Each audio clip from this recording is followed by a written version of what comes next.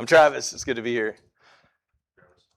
Come up for camp every year. We live in Arizona, and we're really excited to be at camp and all the support we're getting from everybody. It's been exciting to see people backing us up on this and getting on board and really pushing this year to have a great camp experience. So anyway, that's super exciting. We posted a bunch of videos leading up to camp this year. Some of you guys might not have caught the laughter there at the beginning, but it was a Is There Anything Better Than series, because camp is so exciting for us, and so that was the excitement that led to that. I want to read a passage here just to kick everything off. If you want to grab your Bibles, I just want to read this. My intro was kind of long, and so I'm going to start with this so you can kind of sit on where we're going to go, and then I'll get back to here in a little bit. But this is in Judges chapter 6. So grab your Bibles, Judges chapter 6. We're not going to have anything up here. Joel was kind of pushing for that, and I pushed back. And I said, it's not going to happen. Judges chapter 6, I'm going to start in verse 36. It says this.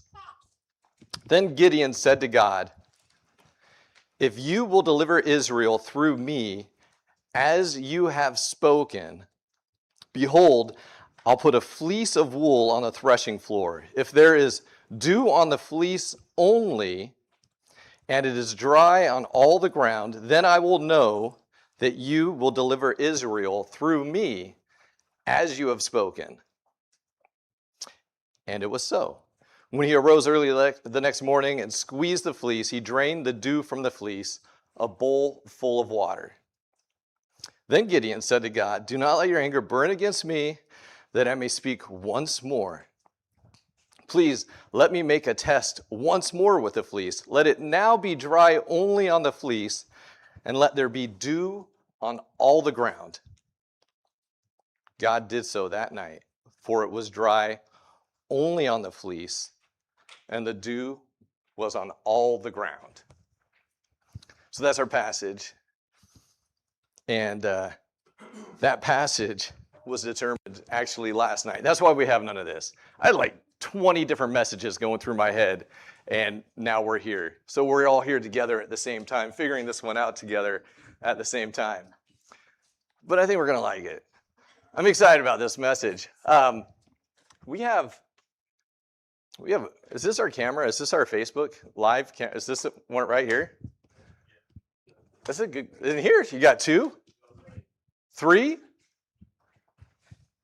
Like all 3 of them? Like what one is looking at me right now? This guy? How do you determine? You just mix it up as we go? I told my mom I was going to shout her out. She wanted to be here. My mom. My dad's watching too. They're all watching on this line. So that's for them. But there is something else that's been weighing on me for a little while, and I'm hoping that we can reach. Do we reach Hollywood? Do you guys think that Hollywood is watching right now? Timothy Chalamet, maybe? Because I've been trying to get a hold of this guy. How dare you, Timothy, come against ballet and opera? Do you guys hear about this? You think you're better than ballet and opera? That's a thing? Like, if he would have answered my emails, probably this didn't have to happen. Now he's getting called out from church on a stage. It's on him, though. At this point, that one's on him. Mostly that was for the youth. How many adults actually even know what I was talking about right there? That's like a youth thing, the young generation. The young generation, you guys have your fingers on the pulse of the nation. Okay? You guys not only know everything that's going on, but you really know everything that's not going on too. Like, you know everything about everything, the whole circle of it. And I was remembering back, I was thinking, I was like, was I like this? Like, what kind of youth? Was I that kind of youth? Did I know everything about everything? And I actually did. My mom told me, she said I did, and I still might. I feel like I still know everything until people ask me questions that I don't know. And I'm like, how do I not know that? I know every single thing. But here's where we are with youth. I want us all to be on the same page with the youth. I mean, it's great. They're the next generation. They're going to be taken over. Like, we can look at them and we're like, that's where we're going. That's it. And we can be excited about it because look at them. Like this is exciting. This is crazy exciting. Like they got good hair. Like their styles, the style that they have now, like they dress so cool. Like I look back at some of my pictures and I'm like, that's what I showed some old home videos or videos I was making with my friends and I pulled them out. It was for my birthday. I'm like, you guys have to watch my old videos. And I'm all, that's what I look like? They look so much cooler now. I'm like, man, our youth is cool. They got shoes. Like, shoes is a big deal. Do you guys know how the next generation loves them? I remember when I was younger, it was like, I just got shoes. It was like, oh, those ones are cool. And that was my shoes for the year. That was it. I wore them out. Then I got the next one. I'm like, oh, I like those ones. I'll wear those ones for this year. But not, they don't do that anymore. They're like, I get it this day and then this day, and shoes are matching my outfits. Like what goes, I didn't know that was a thing. Like shoes they're a big deal. And there was a poll. Do you guys do polls? Do you guys like poll? There's a poll that said this. It's like, I think it was the order of priorities or most important things to the next generation, the youth of today. And you know, there are the things on there that we would expect. Like we're talking about wars and stuff. That's a big deal for the next generation.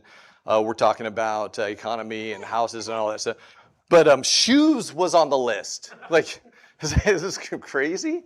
Shoes? Like, shoes across the board. I'm like, so the young generation, women of all ages, like shoes is like a shoe could run for president, like, and they would win. That's how many people love shoes.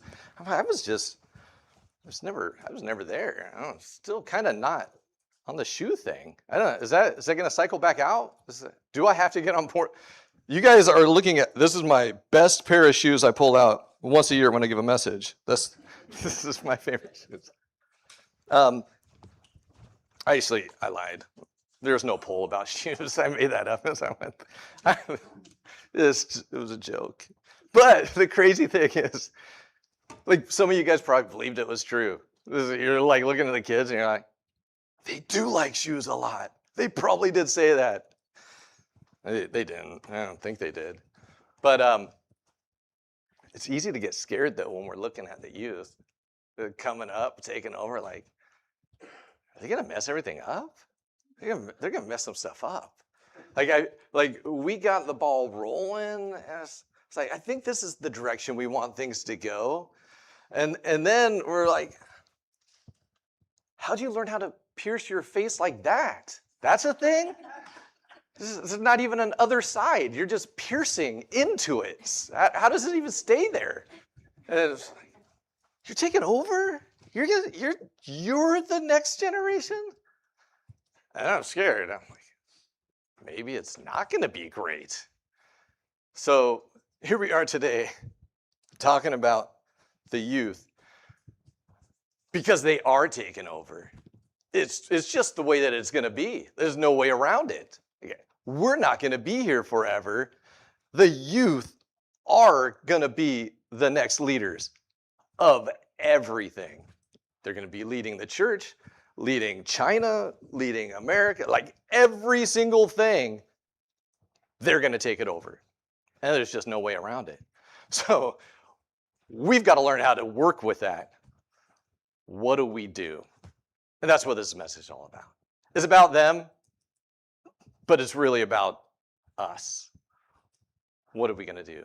So we're talking about Gideon. Gideon was the youngest in his family. So I'm calling him that next generation that we're going to be talking about. This is Gideon. He was the young guy. So he gets approached by God because some big things are supposed to happen, but bad things have already been happening. And Israel's scared because they've been taken over by Midian.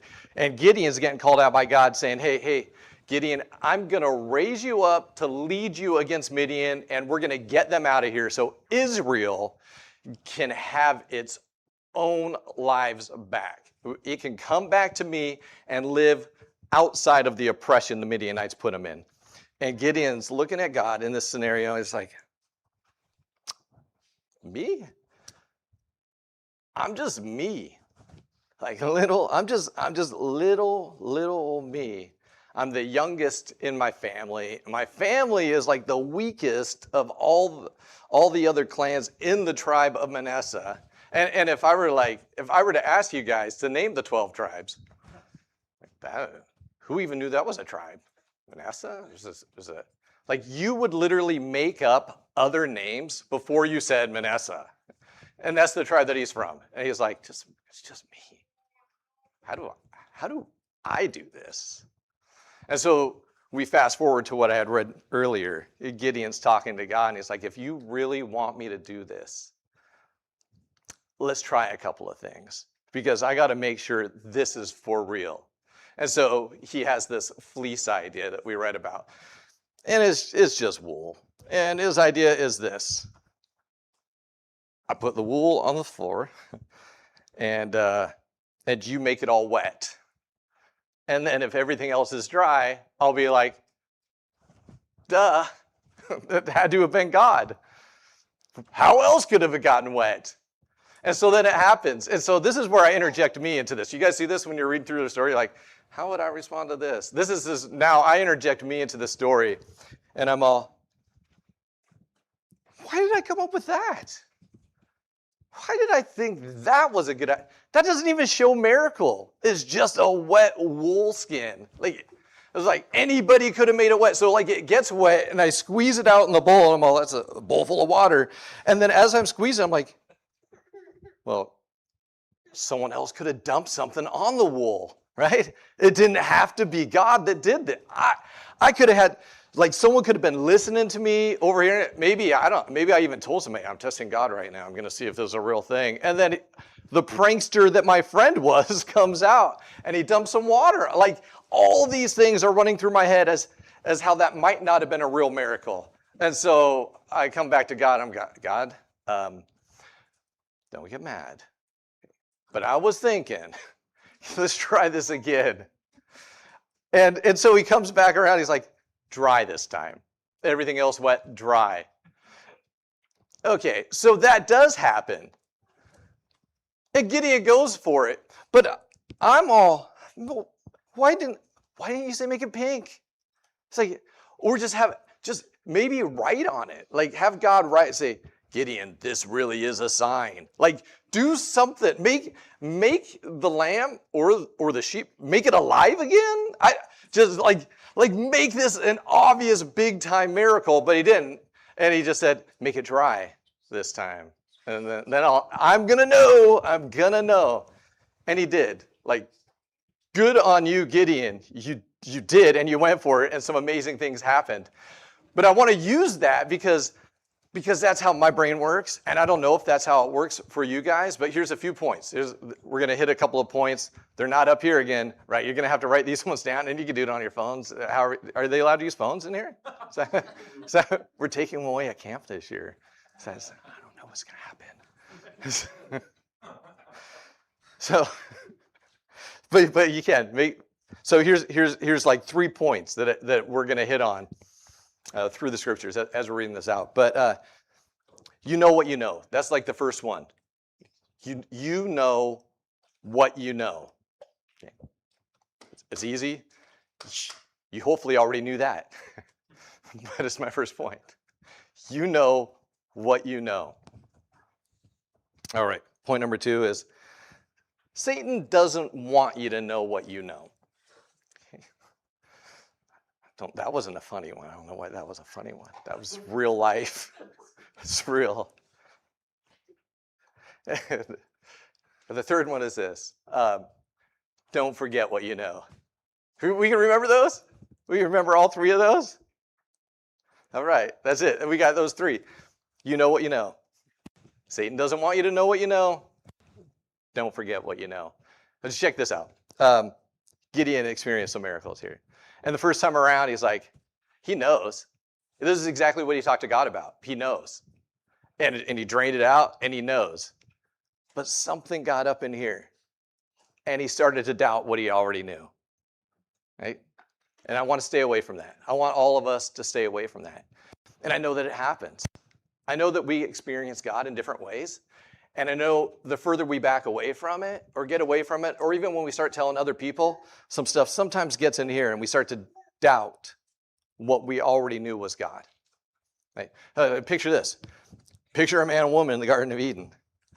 Picture them knowing, right, that they're not supposed to eat from the fruit, right, the tree of the knowledge of good and evil. They know. Right? They know what they know. And Satan approaches and saying, like, well, maybe you don't know what you know. And then Eve's like, well, maybe I don't know what I know. But she did. Like, she did. But she ate it anyway. See, I want to get away from that. I want you to know what you know, and I want you not to forget what you know. Because Satan's in the mix of it, trying to change things up for you. And all of us, like, I'm going to call these like micro miracles, mini miracles. These are all miracles that can be explained away. Like the fleece thing can be explained away. But Gideon knew it was God. We know, we're reading it, and we know that it's God. But Gideon going to one of his buddies and saying, no, for real, it was all the way wet. And his buddy is like, I don't know. It was just a wet fleece. That's all it was. Explained away. So they're micro mini miracles, and we experience those, and we know when we experience them that it was God. We know it. Check this out. Micro mini miracle time. This is one of mine. Like years ago, I was working. I was crawling around under a bunch of stuff in this industrial building, and one of the guys, he said, "Hey, Travis, you got to put some knee pads on. You're going to bust up your knees." And I'm all, I don't, whatever. I didn't, but he was right. and it was the craziest thing. It's almost as if like he cursed me because like within that week, I had water on one of my knees. I'm all, how did that? That is ridiculous. Like forever, I'd been crawling around on my knees at the same job doing this stuff, working under these machines, and nothing had ever happened. He says something one time, and then my knee swells up, and it's like, it was so weird. Okay, sidetrack tangent, little thing. Anybody ever had water on the knee? Yeah, okay. It's not pleasant, but it's weird because it's not all the way painful. It's more annoying with a little bit of pain. But I remember when I was crawling around the next day when it was starting to develop, I'm like, what is my knee pushing against? Like, I was like, and there was nothing. And I'm all, oh, it's my knee. Like it's swelled up and it's pushing against the water that built up. Anyway, I was stuck with it. I'm all, how does this go away? I don't know how this goes away. And so I was like, please just go away. and then it was annoying for a long time. I'm all, it's not just going away. And one night I did this. One night I saw, hey, what if I pray to God? God can take this away. I think that was it. It was just one crazy little symbol. I never even thought about it up until that point. Like, bad on me. But at that point, I was like, I just pray to God. And God can make it go away. All right. It was the next day. We're going out. We're playing a game with the kids. And as we're playing this game with the kids, it was kickball. It was soccer. It was soccer. We were playing soccer. And my daughter completely missed the ball and kicked me right in the knee. And I was like, ouch. But I was also tough dad, ouch. It was a really manly ouch is what it was. And I started rubbing it a little bit. And I'm all, it's going away. Like, she fixed my knee. and then I was like, wait, did God do that? Like, I literally just finally prayed to God. And it was a wake up in a couple of different ways. Like, I could have done it easier, but you took so long. Oh, I want to remind you. I made it hurt, so you'll always remember. Like, I'm in the mix of this. And you guys can all be like, that could have just happened. Yeah, but it didn't. Like, that's my miracle. Something I'm always going to know God did that for me because I asked him to. Like, I know. The devil doesn't want me to know that, though. I know it. And I'm not going to forget it. And I want you to carry around those with you. They're so important to carry around with you because the devil's constantly trying to get us to forget that God is in the mix of all of this. So here's Gideon in the mix of all of this, going through this with God. And finally, he's like, I got it. Okay, the fleece, we're good. And he's heading out. You guys are going to have to read the rest of that story because I'm backtracking a little bit. Spoiler, he wins. Like, it's good. It's good. He does good. But I want to go back to something I think is super important for the rest of where I'm going today. And so this is still chapter 6, but in verse 13, Gideon says to God, "Oh, my Lord, if the Lord is with us, why then has all this happened to us? And where are all of his miracles which our fathers told us about, saying, did not the Lord bring us up from Egypt? But now the Lord has abandoned us and given us into the hands of Midian." That's 6:13, and that's the confrontation that Gideon is having with God, with the doubts that he has, because he said, God, you know, I've kind of been looking around here, and things just aren't good. And I know the stories. This is key in on this. Like, if you're going to highlight something right now or make a note of it, key in on this. I know the stories. Like, the stories our fathers told us about, I get it. Like, you were in the mix, strongly in the mix. They told us about the Red Sea, and they told us about the manna and some of the other miracles that were taking place on into where we're living now. But I just haven't seen anything lately. All I've seen is oppression, and it's making me doubt. God's not really in this anymore. I know that my fathers said you were in this. I just haven't seen it. And it set the stage for some doubt that he had to deal with. But he knew the stories. And it's so much more important than you would, at first glance, understand it to be. Because knowing the stories is what helped him to know God. Because first for him, it was the stories. There's doubt mixed into the stories because he hadn't seen the stories for himself. But then he got to experience the stories. Knowing the stories first led him to that experience. So check this out. This threw me off, you guys. This is backtracking even further to previous generation. Judges is chapter 2 now. It's just verse 10, one verse. This is after they had already entered into the promised land. So they're all here. They're established in the promised land. Right? The first generation made it. The first generation experienced all the miracles. And now they're having their kids and they're setting up with their families and their lives and just getting their farms going. Right? It's happening. They get busy. That seems to be the case. They just get busy with life. Right? Now we're established. Before, it was a fight to get where we're going. Like, we're struggling through this entire thing, but we finally made it. Like, we watched the other generation die out in the wilderness, but now we made it, and now we're getting established. And so things are exciting because now we're finally here, and we don't have to worry about that anymore. But as they're getting established, check this out. As they're getting established, they forget God. This is the crazy part. Like, they remember the miracles and the stories, but they forget to take that with them and share it with the next generation. This is why it threw me off. This is verse 10. It says, all that generation, this is the next generation, also were gathered to their fathers, and there arose another generation after them who did not know the Lord, nor the work which he had done for Israel. So that's what threw me off, because Gideon said, I did know. But then we have this generation that said they didn't know. It's all right. It works out. I'll explain that in a minute. But the part that we got to hit on right now is, why didn't they know? How was there a whole generation that didn't know? Like, the next generation, how did they know God? Their parents were just like, We do this now. Hey, that's it. We're going to teach you how to raise the sheep and plant the crops. We're going to take over some other villages that were left behind by the Canaanites, or whatever it is.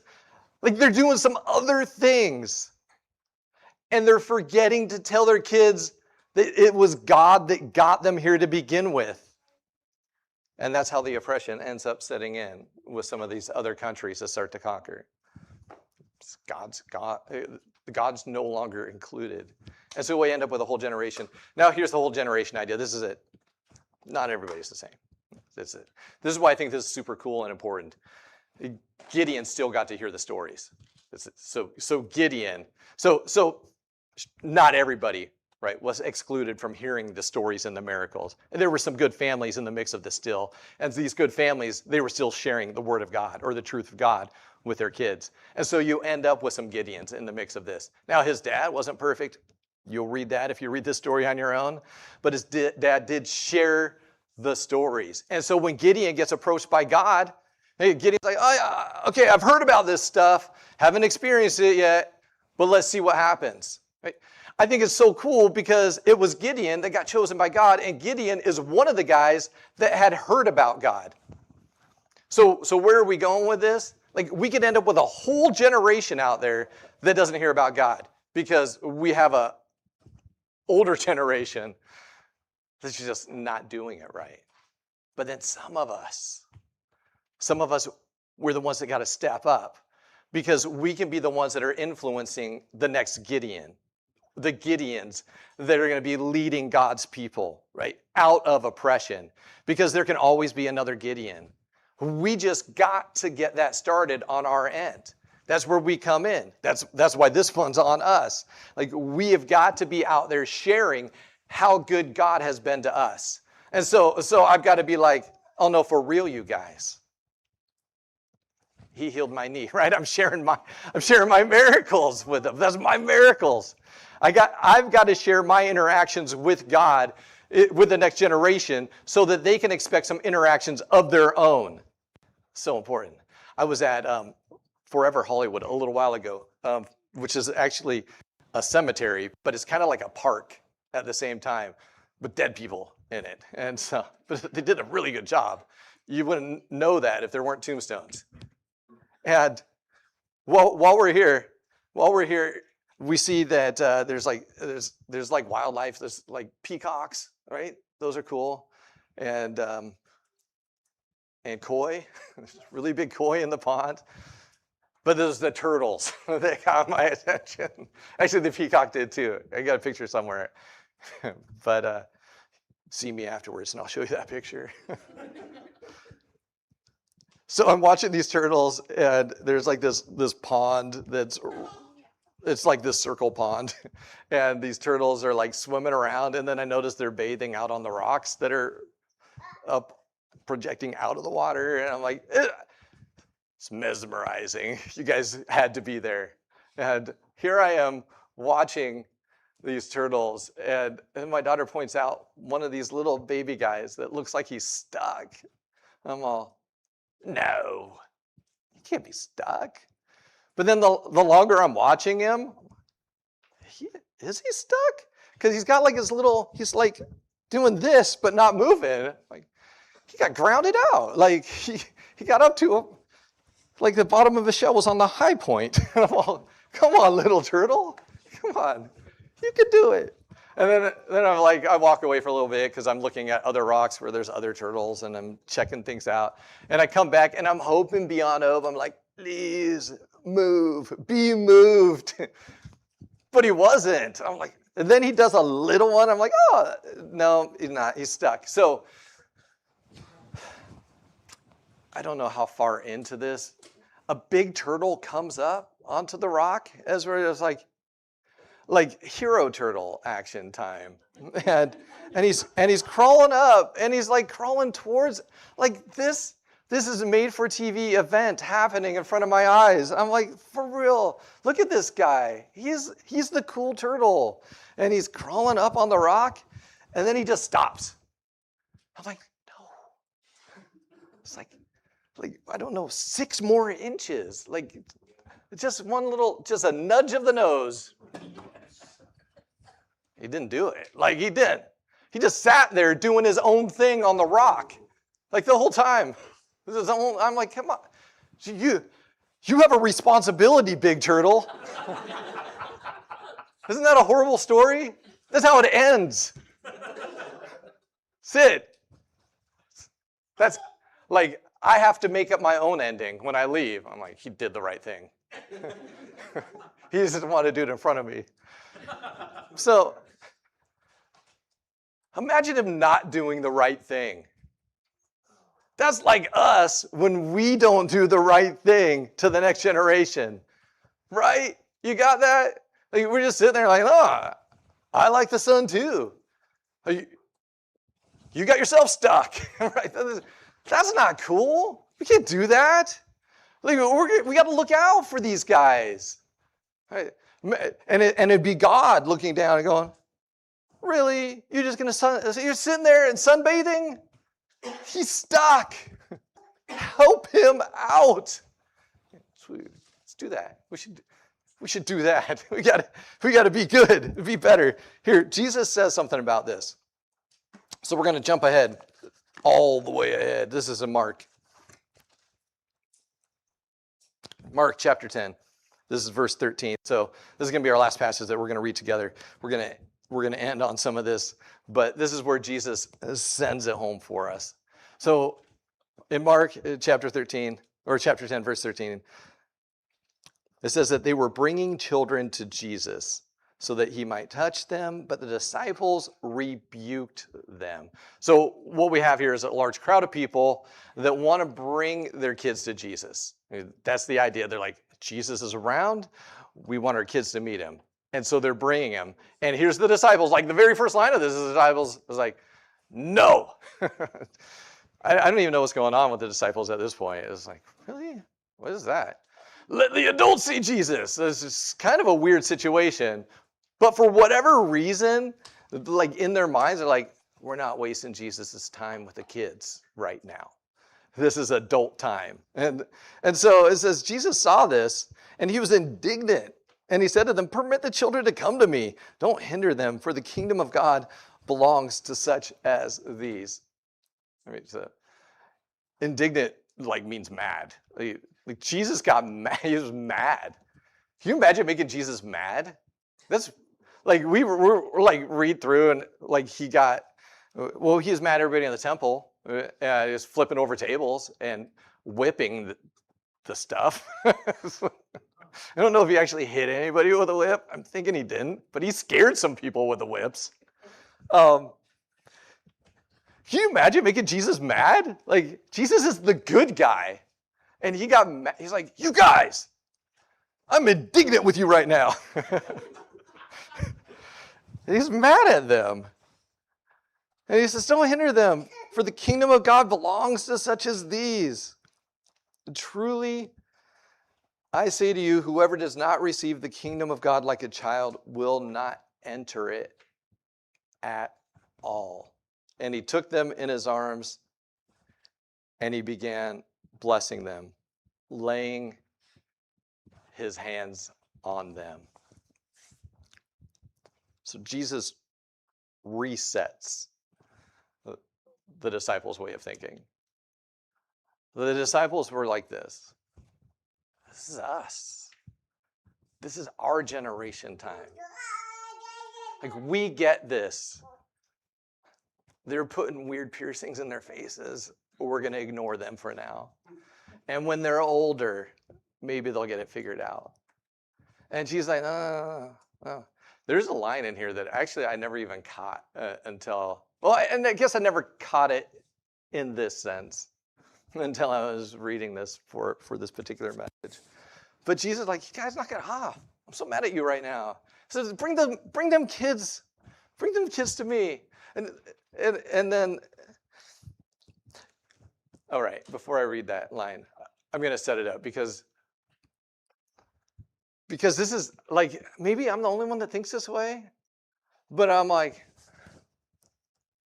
these kids would be so much better off if they were more like me. Is Did you guys think that? You're like, these kids would be better off if they're like Travis. It's like, as my wife says, it's the same thing. It's a big kid. So these kids would be so much better off. Come on, just get it together and be like me. And then did you see what Jesus said? Jesus said the opposite. Jesus said, hey, actually, you need to be like the kids. Isn't that weird? Oh, I don't even know if I can be like that, to tell you the truth, but I think I know what he means. As we get older, we just start to age in different ways. We just start growing kind of away from the miracle of how awesome God is, because real life kind of jumps in the mix, and it's a real life where God is good here, but I've got to take care of my job and my bills and my whatever, my broke down car. I got stuff I've got to take care of. And so I kind of get lost in the things of life. And Jesus said, remember when you first knew me? Remember all that excitement about first getting to know me? Remember how awesome? I was like big in your life. So I want you to be like that again. That's how the kids were coming to Jesus. I thought this out. Have you guys do remember when's like I remember when like McDonald's cheeseburgers were 50 cents. The remember when's. Somebody in here has to remember that. That's not that long ago, right? I remember when's. Like you didn't spend over $100 on shoes. I remember that. That was like, how was that? I still like if a shoes or if more than $50, I'm like, who's buying those? We're going to Ross and we're going to find something that's under the $50 mark, because it's not right in my head. Like the remember when's, filled with gas was less than $1. Like fighting, I remember that. Anyway, I was like, this is the thought I had. Like you could, in a conversation with someone, like with the remember when's, I was like, it's the rings of a tree. Like, and you can count the age, how many decades a person, however remember when's they fit into a conversation is worth like 10 years. And I'm like, it's just a way of life. But I found that out. That's a thing. So you guys can do that next time. But with all these remember when's, I was like, I'm filled with them. I'm filled with remember when's. But here's the deal. There are important remember when's, and there's unimportant remember when's. You get that? Like cheeseburger remember when's. Not very important, and nobody cares. But there are important remember when's. When God healed my knee, that was a big deal. Like, I had a one-on-one encounter with God in an elevator where he had fully answered a prayer. And there was no way it wasn't God. I knew for sure that was important. That's an important remember when I share with my family and with kids. I remember this. I remember when I didn't believe in God at all. And then there was just a flicker of, well, maybe there is a God. I remember the flicker moment. And I remember when that flicker became a flame. Like, those are big deal remember when's. I remember when. I remember when I knew Colleen was going to be my wife. That moment, I remember, she said I was crying because I was baptizing her at that time, but also there's water in the baptismal that splashes around everywhere too. There's other things that could have made that happen. I remember having my kids, like when I wasn't supposed to, like it wasn't part of my plan. And God's like, oh yeah, you wanted to wait? I got something else in mind. Like I remember being like, I guess God said now. It's like, and I know, like we could write these things off. But those are my mini miracles. Those are my one-on-one encounters with God. They're a big deal to me And they're a big deal in my relationship with God, which makes them a big deal that I need to make sure I'm sharing with the next generation so that I could have a next generation that has some Gideons in the mix that are ready for their own mini miracle remember ones. I think we're all set up for this, all of us. I guess I just got a couple more points. What are you guys' thoughts on this? What are you guys' thoughts on, like, what do you believe? What do you believe about the next generation, the children? What do you believe about the children? Because this is what I believe. I believe the children are our future. You guys believe that? Teach them well and let them. Who's singing with me? We got this. We can do this together. Wouldn't he believe that? And it's a shame what they did to her, the tabloids. It was a shame. They shouldn't have done that. But she left us a beautiful song, didn't she? She believed. You know who else believed? Miss Melody. Who's that? My 6th grade music teacher who taught me that song. It's a biblical name also. Not in the sense that melody is music, biblical, but more in the sense that she was a music teacher and her name was Miss Melody. That's crazy. Teach them well. These are our final points. You got to believe that the children are our future, right? And what? You got to teach them well. And you have to let them lead the way. But in order to do that, you've got to prepare them to lead the way. Thank you for having me out here, you guys.